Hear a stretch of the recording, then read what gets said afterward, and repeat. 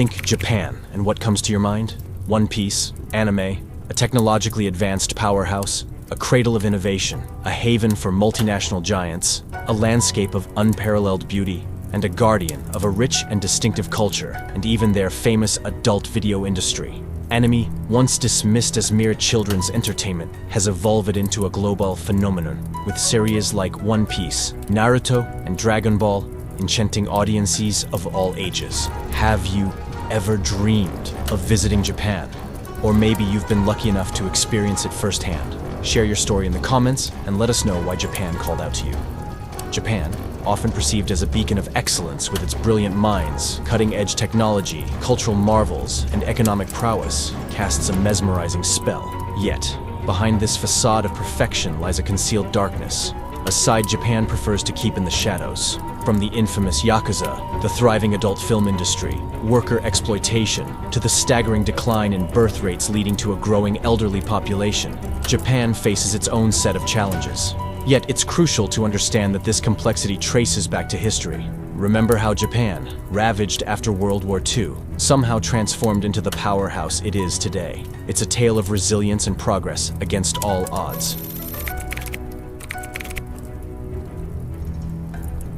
In the epic tale of Japan's rise to prominence, the Meiji Restoration stands as the pivotal chapter. Picture this: a nation awakening, shedding its old ways to embrace rapid modernization. It was a transformation fueled by industrialization and armed with a fierce commitment to both tradition and progress.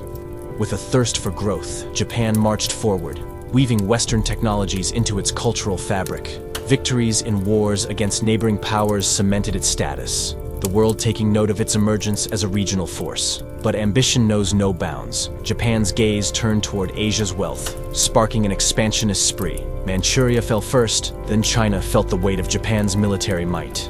These actions ignited the flames of World War II, exploding into history with the thunderous strike at Pearl Harbor in 1941. The world watched in awe as Japan's military prowess yielded staggering victories in the Pacific. Their blitz tactics and mastery of island warfare were unmatched. Yet, every tale has its turning point, and for Japan, it was the pivotal Battle of Midway in 1942. And the August 6th marked a day that would forever scar Japan, especially Hiroshima. The skies rained fire as the United States dropped an atomic bomb, unleashing unimaginable devastation upon the city. But the horror didn't stop there. Just 3 days later, Nagasaki bore witness to another catastrophic inferno, a second atomic bomb shattering its skies. These moments etched themselves into the annals of human history as the first and only instances of nuclear warfare. The toll was unfathomable.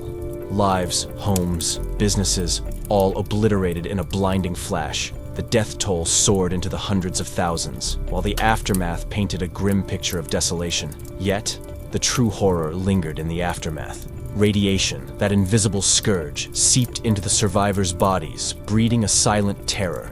Cancer, leukemia, and a host of illnesses became haunting legacies of the bomb's cruel touch. The physical scars were just the beginning. The survivors carried an invisible burden, a weight of trauma that etched itself deep into their souls. Anxiety, depression, PTSD. Their minds became battlegrounds haunted by the horrors they witnessed.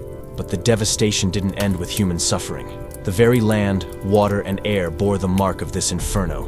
Radioactive fallout tainted everything it touched, turning a once thriving land into a haunting, toxic reality. And yet, amid this cataclysm, a bittersweet light emerged. Japan, forced to its knees by this unspeakable tragedy, found the strength to surrender. The war finally drew to a close, bringing an end to the world's greatest conflict. But in the aftermath of this indescribable horror, Japan lay in ruins, scarred by the unrelenting power of human destruction. The war's end left Japan shattered. Its cities lay in ruins, its economy in tatters. But from the ashes rose a phoenix of resilience. The heart of this resurgence? The indomitable Japanese people. With a workforce known for its size, education, and discipline, they became the backbone of Japan's industrial revival. Hard work, dedication, and discipline. These were the qualities that propelled Japan forward, proving that from any destruction, Japan had the power to rise. Yet, the story doesn't end there. The Japanese government, a new constitution took root, dismantling the militaristic regime and planting the seeds of democracy. In the war's immediate aftermath, their focus was on the essentials, food and shelter. Once the basics were secured, attention turned to the monumental task of rebuilding the economy. In this grand plan, the Dodge Plan took center stage in 1949. Its mission? Stabilize the economy, tame inflation, and fuel exports. And it worked. Japan, like a well-oiled machine, became a global exporter of automobiles, electronics, and steel, laying the foundation for the economic boom of the 1950s and 1960s.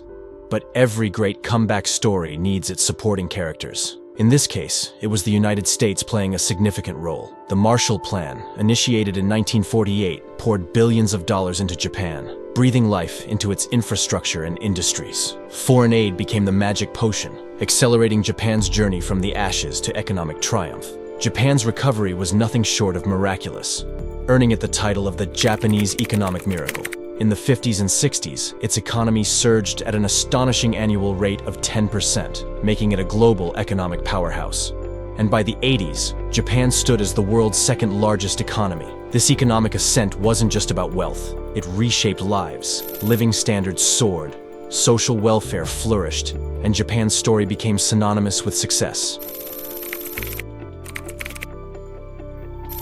Amid Japan's grand narrative of resilience and success, a shadow looms, an ominous threat that quietly gnaws at the fabric of its society. Ever heard of karoshi, a haunting term that echoes with tales of overwork and sudden, tragic endings? Karoshi, meaning overwork death, paints a grim picture in the realm of occupational tragedies. It's a chilling label reserved for those who succumb to the relentless pressures of work, often leading to sudden cardiovascular or cerebrovascular disasters within months or even a year of being engulfed in occupational stress. The culprit: long, grueling hours that surpass the conventional work week. In Japan, the average is 40 hours, but the reality often spirals into a relentless cycle of overtime, stretching sometimes to a staggering 16 hours a day. This unyielding grind births exhaustion, stress, and a Pandora's box of health woes. Yet, it's not just about the hours on the clock. Japanese workplaces breed a culture of demanding perfection, woven with threads of conformity and unwavering loyalty.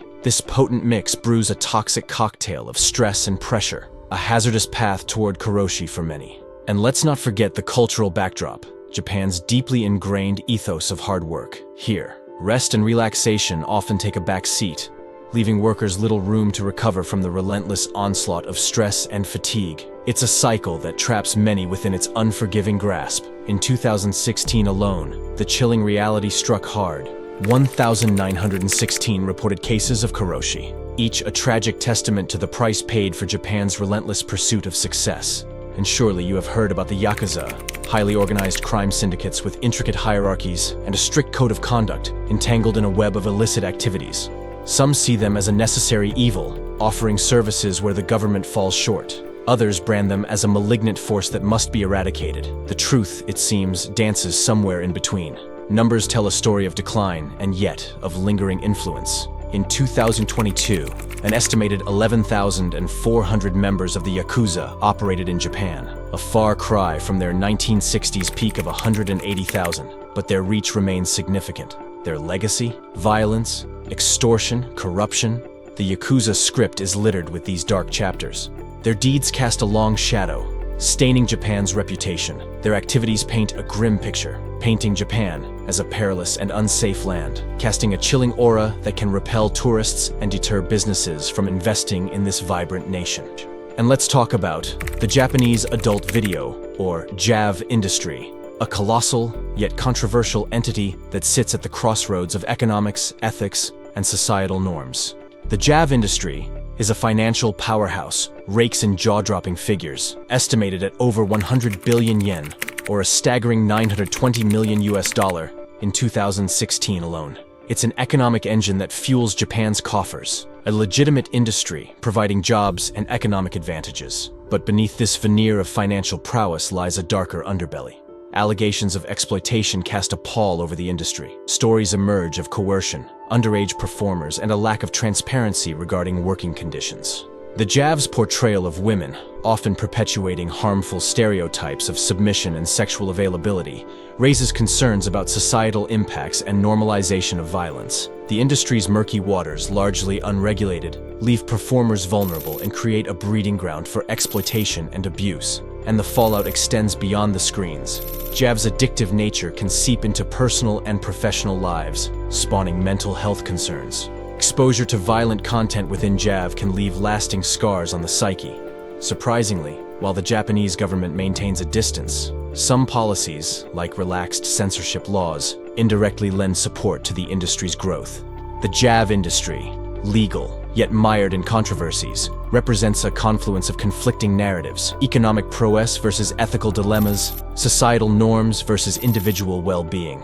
It's a tale that continues to challenge perceptions, spark debates, and question the boundaries between freedom, exploitation, and societal impact.